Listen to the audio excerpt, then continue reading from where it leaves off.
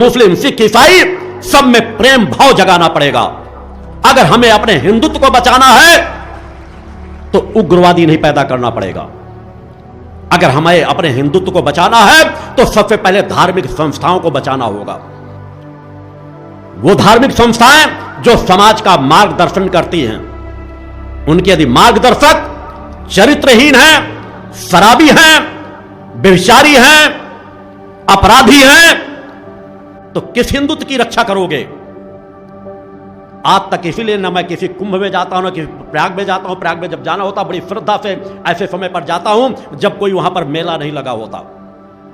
ये सभी पवित्र स्थल है, मगर वहां देखो होता क्या है।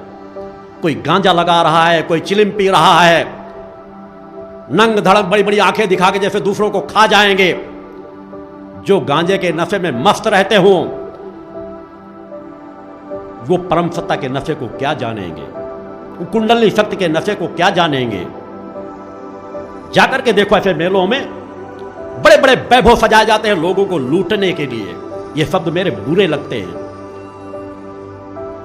अधिकारियों पर दबाव डाला जाता है, हमें ये व्यवस्था दे दो, हमें वो व्यवस्था दे दो, हमें ऐसी व्यवस्था दे दो। नहीं देते तो अधिकारियों के साथ मारपीट करते हैं।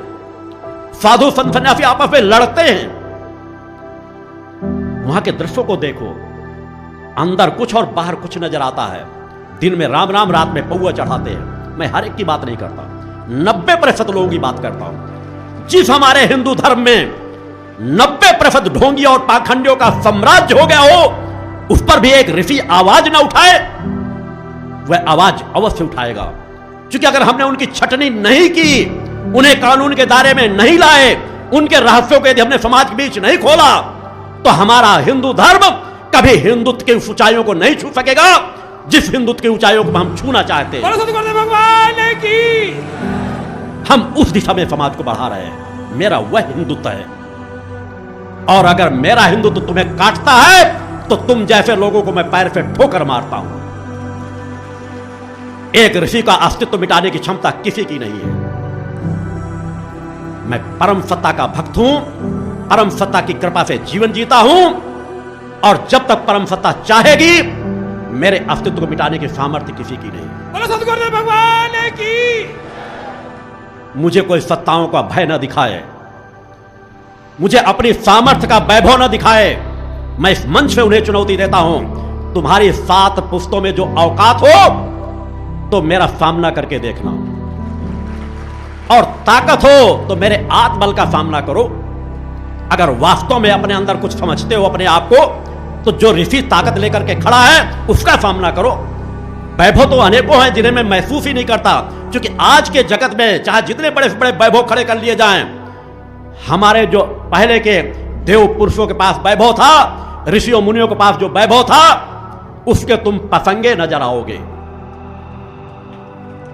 तो मैं उस अंधी दौड़ का प्रतियोगी नहीं हूं। मैं सत्य के प्रकाश की ओर बढ़ रहा हूं, शक्ति के प्रकाश की ओर बढ़ रहा हूं। अगर प्रतियोगिता मुझसे करना है तो उस पथ पर आओ, उस पथ पर खड़े हो कि तुम समाधि में जा सकते हो कि मैं समाधि में जा सकता हूं। तुम सूक्ष्म शरीर को जागृत कर सकते हो या मैं सूक्ष्म शरीर को जागृत कर सकता हूं। तुम्हारे पास ध्यान की गहराई है या मेरे पास ध्यान की गहराई है। तुम एक स्थान में रहकर दूसरे स्थान की जानकारी दे सकते हो कि या मैं दे सकता हूं। है सामर्थ्य तो उस पे आओ, एक बार मुकाबला हो जाए। एक बार मैं मौका देने के लिए तत्पर हूं। हमारे आदि गुरु शंकराचार्य ने भी शास्त्रार्थ के लिए विश्व भ्रमण किया था, देश का भ्रमण किया था, और सब कुछ एहसास कराया था एक 32 वर्ष के शंकराचार्य ने।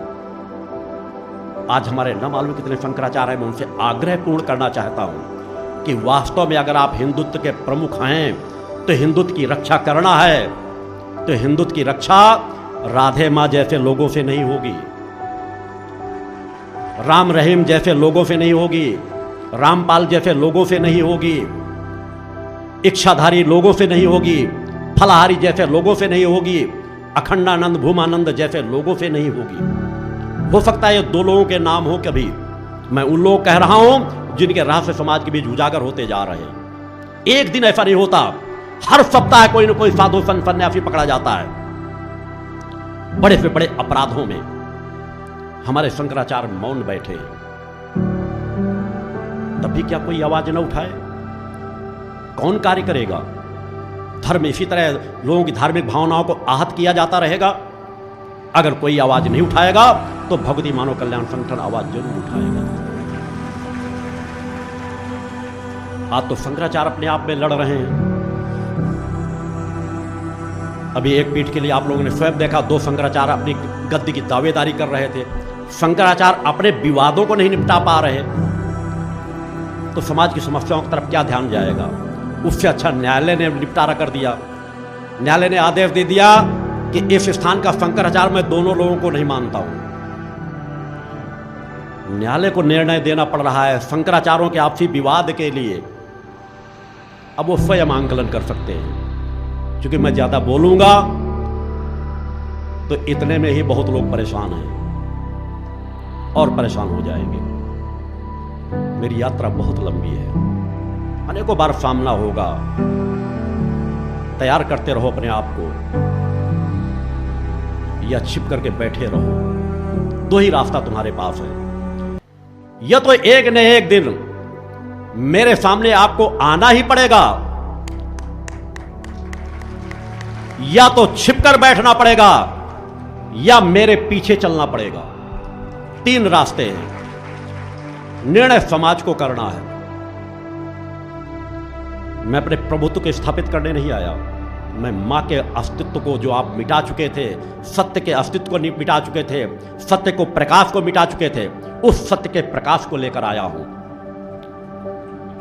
मां के शक्ति साधक तैयार करने आया हूं, मां के भक्त तैयार करने आया हूं। न गलत करता हूं, न गलत सहता हूं, उस दिशा का जीवन जीता हूं।